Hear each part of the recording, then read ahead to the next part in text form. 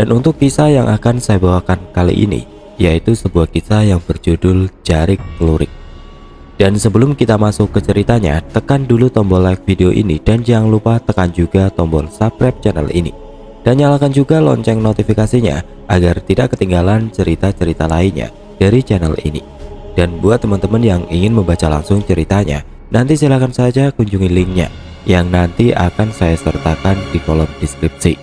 Dan jangan lupa di follow juga akun penulis. Dan seperti apa untuk kisah kali ini? Langsung saja kita simak berikut ini.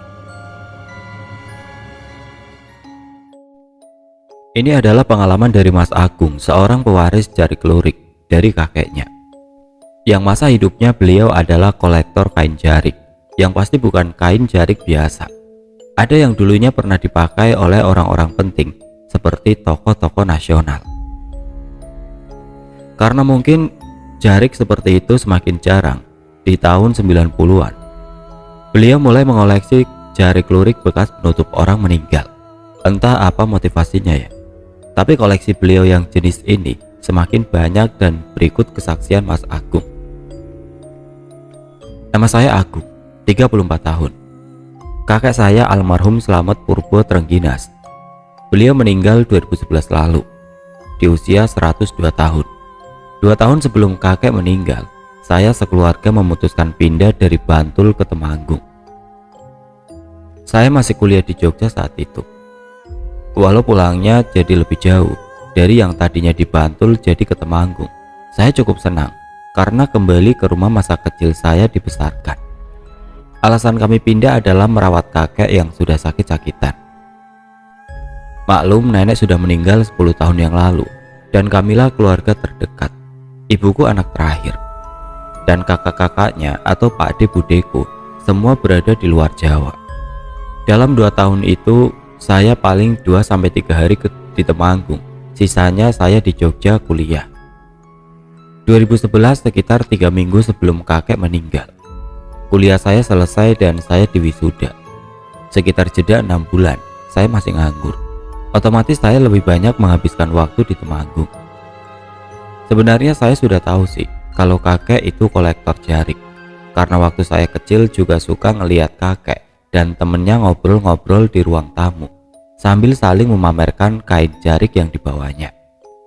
Pak Trimo adalah orang yang ngurusin kebun kopi milik kakek dari dulu. Nah, ternyata beliau juga yang suka ngebantu kakek ngurus kain-kain jariknya, apalagi sejak kakek sakit-sakitan. Dan 40 hari setelah kakek meninggal, Pak Trimo ngomong ke saya soal jarik ini.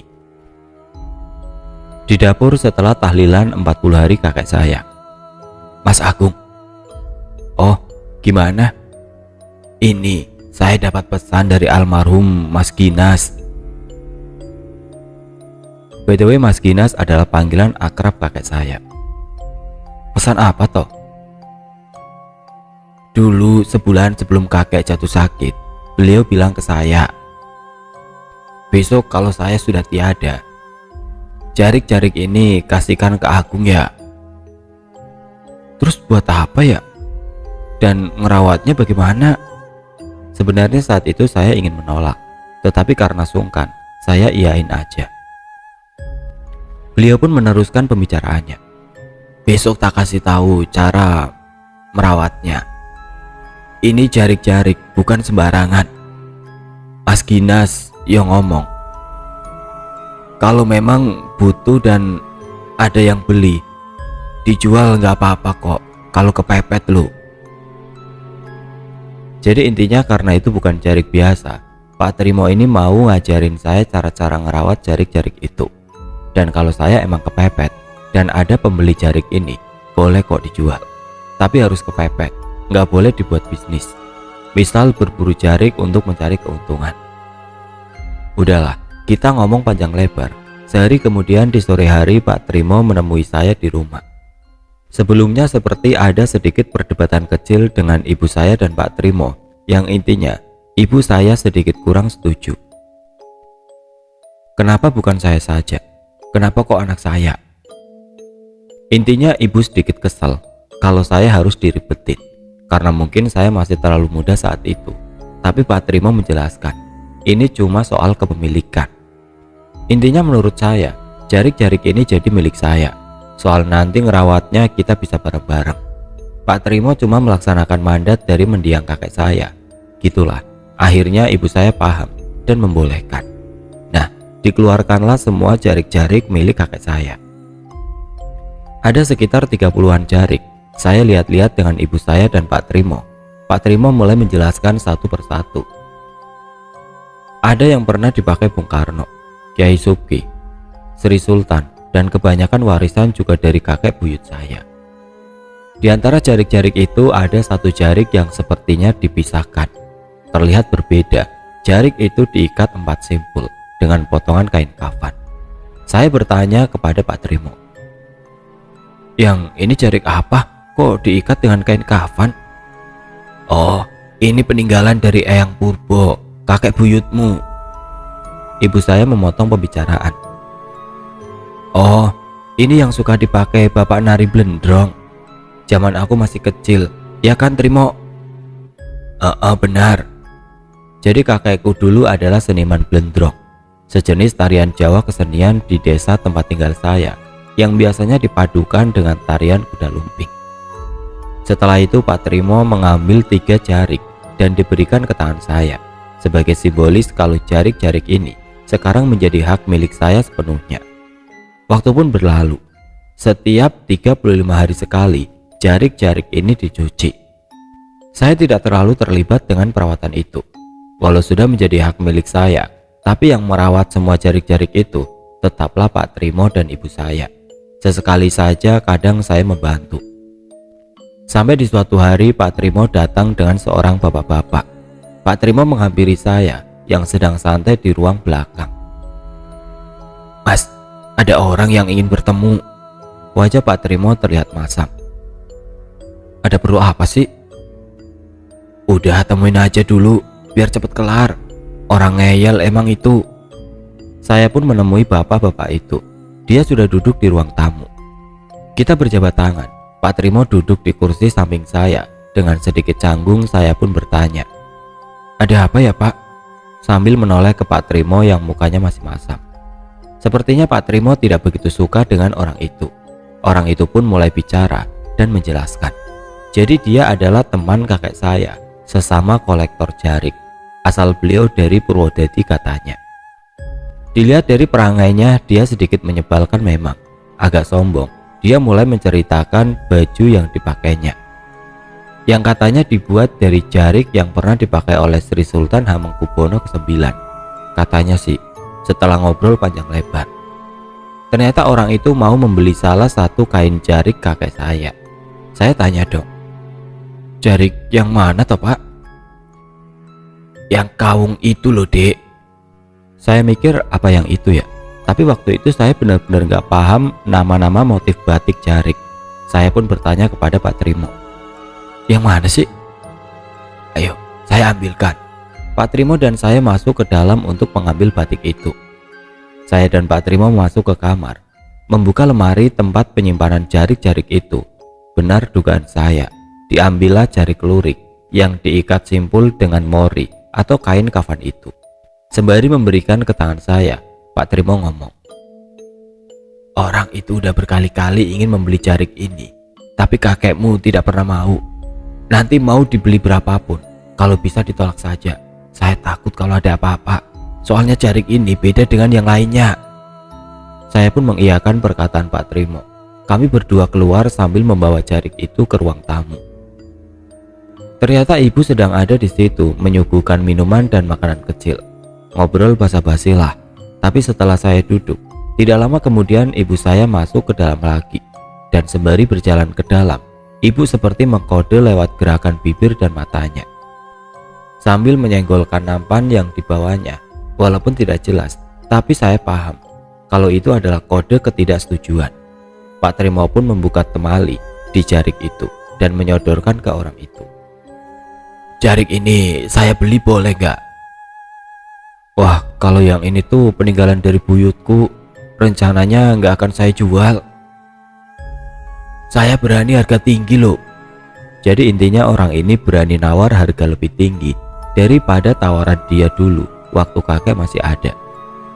Dan perangai bicaranya membuat saya sedikit kesel. Sombong banget soalnya. Karena kesel, saya ngomong aja ke orang itu. "Berani berapa toh pak?" 150 juta, cash. Sembari dia mengeluarkan uang di dalam tas yang dibawanya. Gila ini orang, batin saya. Apa istimewanya jarik ini? Namanya manusia ya. Saya sempat tergiur. Dalam hati saya, wah lumayan ya ini. Tapi saat itu juga Pak Trimo menyenggol kaki saya sambil mengerutkan dahinya. Astagfirullah. Dalam hati saya, mungkin ini kesalahan saya. Saya tidak menolaknya. Tapi saya malah bicara ke orang itu sambil terbata-bata. Saya pikir-pikir dulu ya pak. Hari sudah mulai petang. Orang itu pun pamit sambil memberikan nomor teleponnya. Orang itu berkata, "Besok kabar-kabar ya dek." Dia pun pulang. Saya dan Pak Trimo masuk dan meletakkan kain jarik itu ke tempat semula. Kita pun ngobrol-ngobrol menceritakan orang itu tadi. Ternyata emang dulu kakek nggak suka dengan perangai orang itu. Singkat cerita, sehabis Isya, Pak Trimo pulang, saya ngopi-ngopi di ruang tamu sendirian sambil sesekali memikirkan kejadian tadi dan terbesit lagi. Sesaat sepertinya saya tergiur dengan tawaran orang itu. Tapi saya tepis lagi pikiran itu. Sekitar jam 10-an saya tidur dan terbangun di tengah malam karena pengen kencing. Dengan mata sayup saya berjalan ke kamar mandi. Saat melewati ruang tengah, saya mendengar suara seperti kain basah yang dikepakan, seperti meniriskan kain sebelum dikaitkan di jemuran. Suaranya memang dari pekarangan belakang tempat kami menjemur pakaian. Mungkin ibu, karena emang biasanya beliau suka nyuci malam-malam. Tapi jalan menuju kamar mandi itu melewati kamar ibu saya, dan terlihat kamar itu terbuka. Otomatis secara tidak sengaja saya melihat dong siapa saja di kamar itu, dan pas saya lihat ibu sedang tertidur. Langkah saya terhenti. Siapa yang sedang menjemur pakaian di belakang? Tidak lama kemudian suara itu ada lagi. Karena saya penasaran, saya ingin tahu siapa itu. Jadi di dapur belakang ada kaca nako, yang mana dari situ bisa terlihat tempat jemuran di pekarangan belakang. Saya mencoba berpikir positif, kalau itu adalah suara kepakan sayap ayam, bebek, atau bahkan maling. Saya ambil linggis buat jaga-jaga kalau itu maling. Dengan mantap saya berjalan ke dapur mendekati kaca nako. Dengan sedikit menunduk, saya perlahan memfokuskan mata ke tempat jemuran itu. Dan benar di situ ada orang. Wanita telanjang bulat, rambutnya panjang, tapi berdiri membelakangi saya.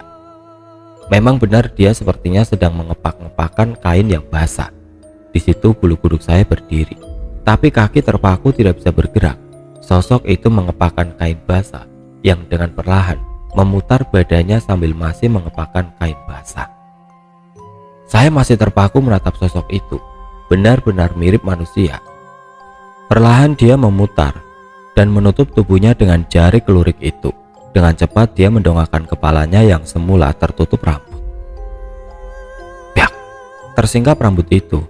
Tidak terlihat jelas. Wajahnya hitam pekat, hanya matanya yang putih menyala. Entah kenapa mata saya tidak bisa berpaling dari pandangan ini. Seperti terkunci, lidah pun keluh untuk berucap doa. Sosok itu semakin mendekat ke jendela, dan seingatku dia berkata, "Kamu menyakiti hatiku." Dan semua pun menjadi gelap. Keesokan harinya saya terbangun dengan ibu dan Pak Trimo sudah di samping saya. Semalam saya ditemukan pingsan. Mendadak saya terperajat dari ranjang. Teringat kejadian semalam. Saya pun menceritakannya kepada ibu dan Pak Trimo. Seperti mimpi, itu pertama kali saya melihat demit. Pak Trimo mendengarkan ceritaku dengan seksama, sementara ibu pergi ke dapur menyiapkan makanan mungkin. Saya bercerita dengan sangat emosional. Sepertinya Pak Trimo paham apa yang terjadi, tapi sepertinya beliau belum berkenan mengambil kesimpulan tentang apa yang mendasari kenapa ini terjadi. Badan saya meriang, demam kala itu. Tidak terasa saya tertidur. Saya bermimpi bertemu wanita di sebuah saung. Dia mengenakan kemben dari jari kawung. Duduknya membelakangi saya sambil melantunkan kidung lir-ilir. Walau itu jarik kaung, tapi dalam mimpi itu saya seperti menyadarinya.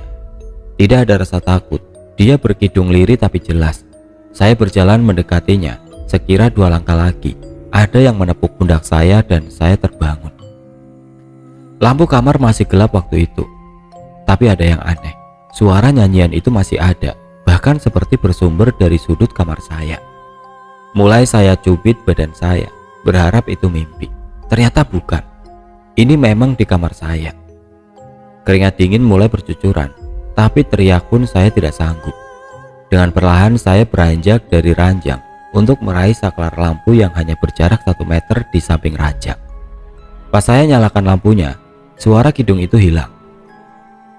Tapi di tembok sudut kamar ada sosok wanita itu lagi. Saya kaget bukan main. Saya lompat mundur ke ranjang dan sosok itu seperti semakin besar sampai tembus langit-langit kamar. Saya tidak tahu harus berbuat apa. Azan subuh berkumandang, semua menjadi senyap, tenang. Sosok itu sudah menghilang. Barulah saya bisa berteriak. "Bu, Ibu!" Cukup lama sampai akhirnya ibu bangun dan menghampiri saya. "Ada apa, Nak?" Saya pun menceritakan apa yang terjadi. Sudah, istighfar. Nanti coba bicarakan dengan Pak Trimo." Hari itu saya hanya bisa melamun seperti orang gila. Pak Trimo pun datang. Saya menceritakan kejadian semalam. Akhirnya Pak Trimo pun memberi tanggapan bahwasanya semua ini terjadi karena jarik itu tidak mau dipindah tangankan. Walau saya sempat tergiur, tapi saya dari kemarin sudah urung untuk menjual jarik itu. Tapi kata Pak Trimo, kesalahan saya adalah tidak langsung menolak, tapi malah bilang saya pikir-pikir dulu ya. Pak Trimo masuk ke dalam dan mengambil kain jarik itu. Ada yang aneh, simpul temali di jarik itu tinggal 1 ikatan. "Ini loh masalahnya." Sambil Pak Trimo membuka ikatan jarik itu, Pak Trimo mulai menceritakan sejarah jarik lurik itu. Pak Trimo bilang kalau jarik ini adalah jarik kerodong mayit, jarik penutup mayat. Sebenarnya ada 15-an jarik kerodong mayit milik kakek saya, tapi jarik satu ini berbeda. Selain koleksi tertua, jarik ini bukan kakek saya yang mendapatkannya, melainkan peninggalan dari kakek buyut saya. Kalau dilihat kainnya sih sudah tidak bagus, warnanya pudar, kusut, dan seperti gampang robek. Tapi ada kisah di balik jarik ini. Kata Pak Trimo nih, yang mana beliau dengar langsung dari mendiang kakek saya dulu. Jarik lurik ini dulu adalah kerodong mayitnya penari ronggeng daerah Pager Gunung Jumo, Temanggung kalau nggak salah. Namanya Nyai Cuwiri. Katanya beliau adalah penari ronggeng yang moncer pada masanya, tapi bernasib naas. Nyai Ciwuri ini tewas di tangan kecu. By the way, kecu adalah seperti begal pada masa kolonial, tapi sasarannya adalah para pribumi yang menjadi pejabat-pejabat VOC seperti Demang dan lain-lain. Nah, konon Nyai Ciwiri ini adalah gundik atau istri sah dari pejabat-pejabat itu. Nyai menjadi gundik saat karirnya mulai meredup. Seperti umumnya gundik, Nyai ditempatkan di rumah tersendiri. Karena sang Demang mungkin tidak mau orang tahu kalau dia punya simpanan. Singkat cerita, di suatu malam, rumah tempat Nyai tinggal disatroni oleh kecu. Sebelum merampok, Nyai dibunuh terlebih dulu saat sedang menjemur pakaian. Nyai tewas karena seorang gundik. Jenazah Nyai seperti tidak dipedulikan oleh Demang, bahkan tidak diakui. Akhirnya warga sekitarlah yang mengurus jenazah Nyai. Singkat cerita, setelah dimakamkan, ada salah satu warga yang mencuri kain kerodong mayitnya Nyai Cuwiri. Dan entah bagaimana bisa sampai ke tangan kakek buyut saya. Katanya lagi, zaman dulu mengoleksi jarik kerodong mayit adalah suatu hobi yang bergengsi. Saya juga tidak paham. Itu kira-kira sejarahnya, Mas, kata Pak Trimo. Saya pun kembali ke inti masalah. Bagaimana bisa menghentikan semua gangguan ini? Tapi Sebentar, nanti malam saya meditasi. Sebenarnya Eyang Cuwiri ini maunya apa? Kata Pak Trimo. Singkat cerita, dibawalah kain jarik itu sama Pak Trimo untuk ditirakati katanya.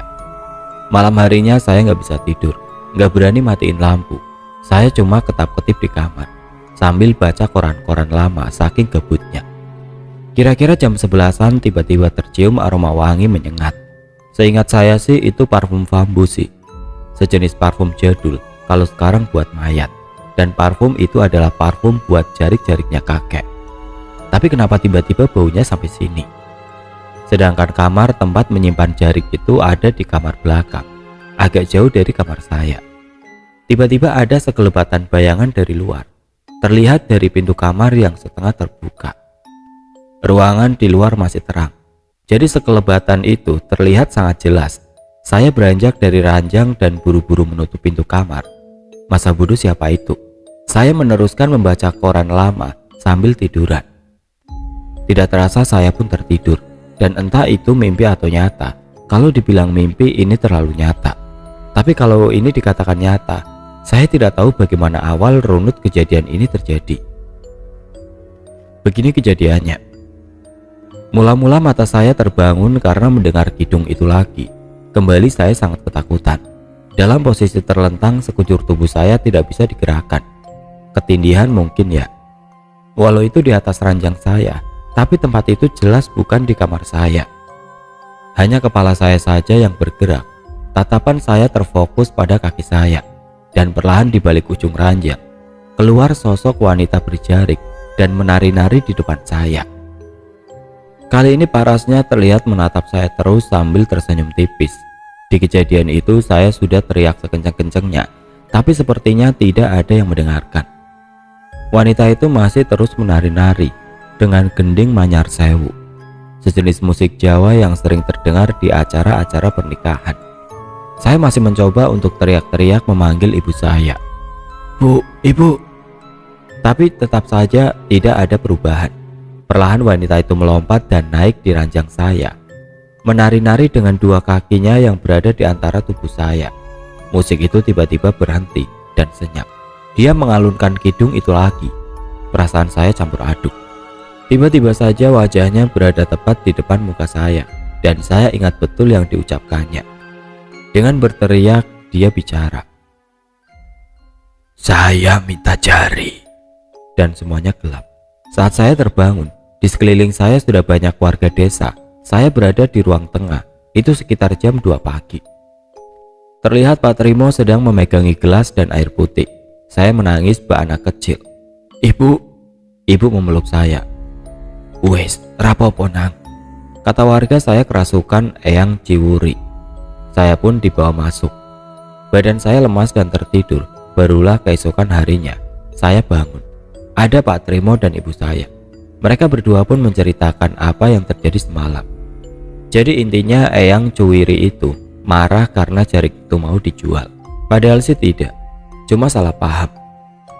Semalam Pak Trimo sudah mencoba menjelaskan ke eyang ciwiri tatkala merasuki saya, tapi sepertinya dia sudah merasa dikhianati. Jadi ternyata menurut pengakuannya, dia adalah kekasih gaib kakek saya, dan siapapun yang diwarisi jarik ini harus menjadi kekasihnya. Jadi kakek buyut saya juga dulunya kekasih gaibnya, diwariskan ke kakek saya, dan diwariskan lagi ke saya. Mendengar cerita itu saya jelas tidak mau dong. Intinya saya harus lepas dari omong kosong klinik ini. Tapi itu tidak mudah. Akhirnya kita pergi ke orang pintar, kawan kakek dulu. Kata Pak Trimo, cuma ini orang yang bisa mengatasi semua ini. Tapi apesnya, ternyata orang itu sudah meninggal. Tinggal anaknya, sebut saja Mas Aji. Saya pun bercerita semuanya ke Mas Aji. Ternyata Mas Aji juga pernah mengalami hal yang sama, karena bapaknya juga sama-sama kolektor jarik rodong mayit. Tapi kini Mas Aji sudah lepas dari semua itu. Kata Mas Aji, saya bisa lepas tapi ada syaratnya. Saya bertanya apa sih syaratnya. Katanya sukma sejati yang ada di jarik itulah yang nanti akan menentukan. Saran Mas Aji sih mending dirawat saja jarik itu, kalau masih bisa diajak berunding. Soalnya syaratnya suka aneh-aneh dan berat. Waktu itu Pak Trimo menyela pembicaraan kita. Sudah tidak bisa lagi kalau ini Mas. Intinya semua harus dihentikan. Soal syarat Pak Trimo yang mau nanggung. Karena Pak Trimo sudah merasa bersalah, tidak menjelaskan semuanya ke saya, terutama perihal menjadi kekasih gaibnya eyang ciwiri. Berlangsunglah ritual pelepasan itu. 3 hari kemudian jarik itu dibakar dengan bara api dari tempurung kelapa, dan berakhirlah semua omong kosong ini. Tapi ini perihal syaratnya. Selang 2 hari, 3 jari tangan Pak Trimo terkena sabit sewaktu merumput. Tidak putus sih, tapi 2 bulan kemudian jadi membusuk dan harus diamputasi. Alhasil Pak Trimo kehilangan 3 jarinya. Entah ini kebetulan atau tidak, tapi Pak Trimo yakin inilah syaratnya. Dia mendengar ucapan Eyang Cuwiri sewaktu merasuki tubuh saya. Sekarang jarik-jarik peninggalan kakek saya tinggal 20-an. Sisanya yang kebanyakan jarik rodong mayit saya hibahkan ke orang-orang yang mau, karena saya kapok berurusan dengan hal-hal seperti ini. Oke teman-teman, sekian untuk cerita kali ini. Semoga apa yang sudah saya sampaikan dalam kisah ini dapat dijadikan pelajaran untuk kita semua. Dan buat teman-teman yang baru bergabung, jangan lupa untuk like, komen, share, serta subscribe channel ini. Dan nantikan kisah-kisah horor berikutnya tetap di channel Radio Horor. Wassalamualaikum warahmatullahi wabarakatuh.